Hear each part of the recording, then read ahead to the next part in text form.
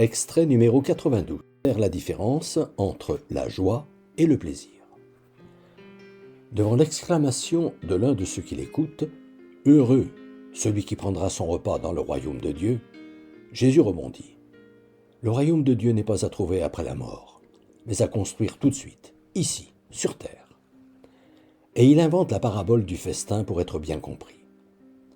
Un homme, j'imagine que ses auditeurs étaient conscients qu'il parlait de Dieu, faisait un grand dîner, auquel il convia beaucoup de monde, c'est-à-dire nous tous. À l'heure du dîner, maintenant, il envoya dire aux invités, « Venez, tout est prêt. » Mais les invités, comme s'ils s'étaient concertés, trouvèrent tous les prétextes possibles pour s'excuser. À son retour, le serviteur, le prophète, qui est allé porter l'invitation, rend compte à son maître. Aucun ne veut venir. Ce qui provoque une vive réaction de la part du maître. Puisqu'il en est ainsi, ne perds pas ton temps.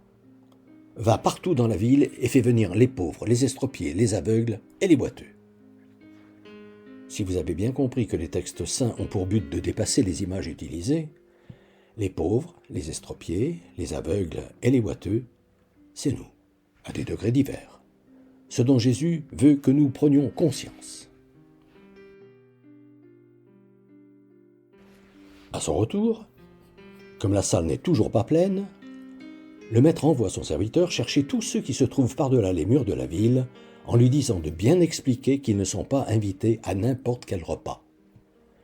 Et pour qu'il soit bien clair que l'invitation que Dieu a lancée doit impérativement être prise en considération, Jésus conclut « Aucun de ceux que j'ai invités et qui n'ont pas voulu venir ne goûtera de mon dîner. » La richesse de la parabole est telle qu'il faudrait des pages pour la commenter. Je me limiterai donc à ce qui me saute aux yeux aujourd'hui. Nous préférons nos petits plaisirs terrestres à la joie ineffable, ce festin royal, inimaginable, qui attend celles et ceux qui veulent bien entrer dans le royaume que Dieu nous propose.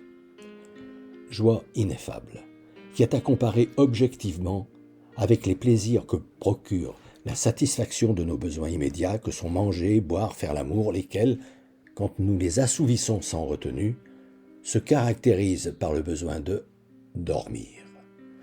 Comme si le plaisir entraînait une perte de lucidité, couvrait notre conscience, interdisait l'accès au domaine spirituel jusqu'à ce que leurs effets aient disparu.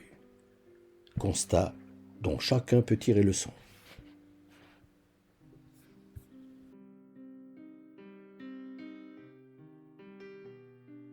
Depuis des années, environ une fois par mois, j'envoie une lettre d'information spirituelle à tout mon carnet d'adresses.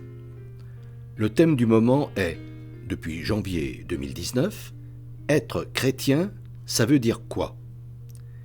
Si ce sujet vous intéresse, n'hésitez pas à me transmettre votre mail, en vous contentant d'indiquer « auditeur YouTube », vos noms et prénoms, et éventuellement votre numéro de téléphone si vous souhaitez me parler.